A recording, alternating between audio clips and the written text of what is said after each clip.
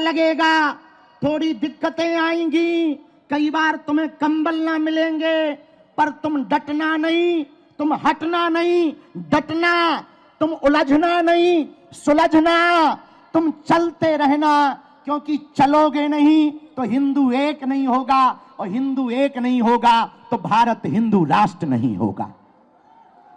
कौन कौन भारत को हिंदू राष्ट्र होते देखना चाहते हैं? कौन कौन हिंदू एकता चाहते हैं? तो कोई रोकेगा तो तुम रुक जाओगे, कोई विरोध करेगा तो क्या तुम डर जाओगे? व्यवस्था नहीं मिलेगी तो क्या तुम भग जाओगे? कौन कौन वृंदावन तक, बांके बिहारी तक चलना चाहता है? पक्का पक्का पक्का। हम भी वचन दे रहे, आप कदम से कदम मिलाकर चलो। हमारी तो बहुत छोटी सामर्थ्यता है, इन संतों की कृपा है, इन संतों का साथ और सनातनियों का हाथ। और नवंबर 7 एक ऐसा दिन आज का होगा जब भारत में एक विचारक क्रांति की यात्रा प्रारंभ हो रही है। यह यात्रा विचारक क्रांति की यात्रा है। यह यात्रा कास्टवाद को शून्य करके राष्ट्रवाद को बढ़ावा देने की है। इस यात्रा में हम लोग 10 दिनों तक रोज सुबह राष्ट्रगान, हनुमान चालीसा के साथ अपनी पदयात्रा 7 संकल्प लेकर प्रारंभ करेंगे। और नाम जप करते हुए धर्म ध्वज आगे चलेगा, उसके पीछे हम सब चलेंगे। धर्म ध्वज के साथ साथ चलेंगे, धर्म ध्वज से आगे नहीं चलेंगे। जहां जहां विश्राम होगा वहां अखंड कीर्तन होगी। जहां जहां विश्राम होगा वहां पर गौ माता का पूजन होगा। जहां जहां विश्राम होगा भोजन और भजन दोनों की व्यवस्था होगी। इन 10 दिनों में हमको एक बात याद रखना है, बालाजी का मिलन बांके बिहारी से हो रहा है। यमुना मैया का मिलन वृंदावन वाली यमुना जी से हो रहा। माया और शक्ति की नगरी से यह यात्रा माधव और भक्ति की नगरी वृंदावन तक जाएगी।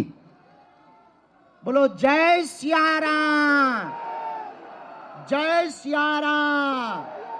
हरे हरे। भारत हिंदू राष्ट्र की, सत्य सनातन धर्म की, गौ माता की, छुआछूत की करो विदाई, हम सब हिंदू।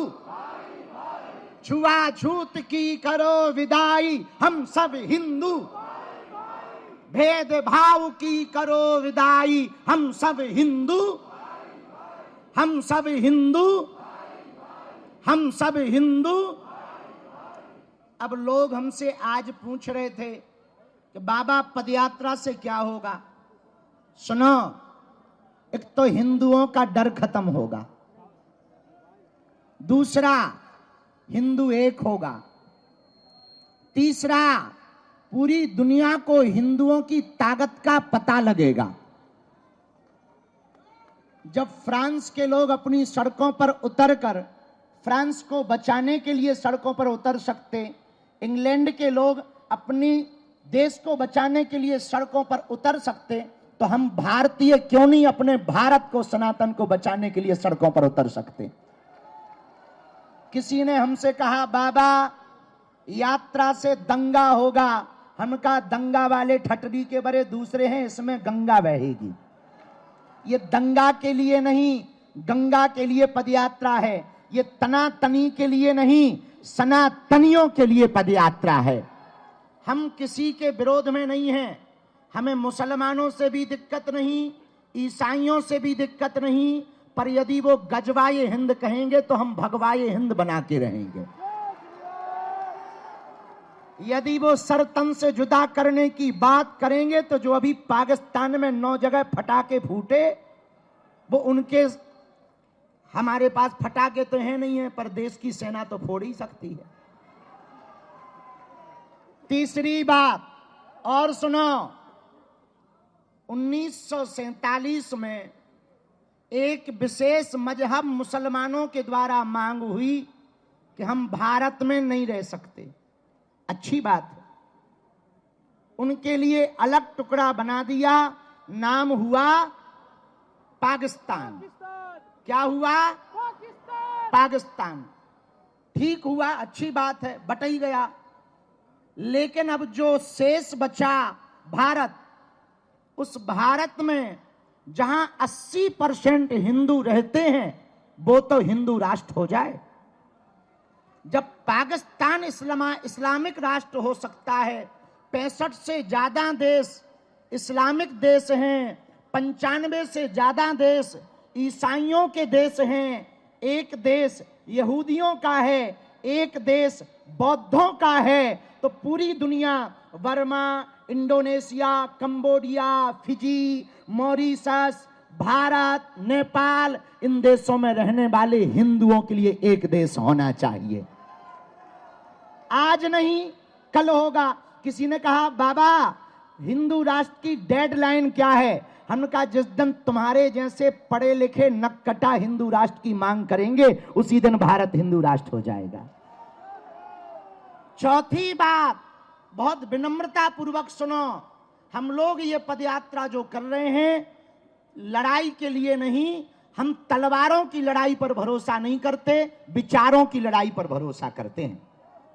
पूरी पदयात्रा में हम लोगों को किसी के खिलाफ नहीं बोलना, केवल हमें अपना घर संभालना। अपना घर है जो हम भेदभाव में फंसे, छुआछूत में फंसे, ऊंच नीच में फंसे, अंगड़ा पिछड़ा में फंसे, इनसे ऊपर उठकर 14वीं शताब्दी में रामानंदाचार्य भगवान ने जो कहा था, जात पात पूछे नहीं कोई, हरि को भजे सो हरि को होई। हम लोगों को इसी बात को पकड़कर चलना है। सुबह से लेकर सायंकाल तक नाम कीर्तन करते हुए चलना है। एक बात हम पक्की कह रहे, आप लोगों का यह पुरुषार्थ, आप लोगों का यह त्याग, आप लोगों की यह मेहनत व्यर्थ नहीं जाएगी। आने वाले समय में जब भारत हिंदू राष्ट्र होगा, तो तुम्हारे भी नाती पोता चिल्लाएंगे कि हमारे बब्बा भी पदयात्रा में गए थे। जैसे बाबरी मस्जिद का ढांचा ढहा था और राम मंदिर बना था, तो उसमें दीदी माँ की चर्चा, पूज्य हमारी बुआ जी की चर्चा आज तक होती। बोले कौन आया? बोले शेरनी आई है। कौन? बोले पूज्या दीदी माँ, जिन्होंने ललकार कर ढांचा को गिरा दिया, बाबर की जगह रघुवर का नाम छपा दिया।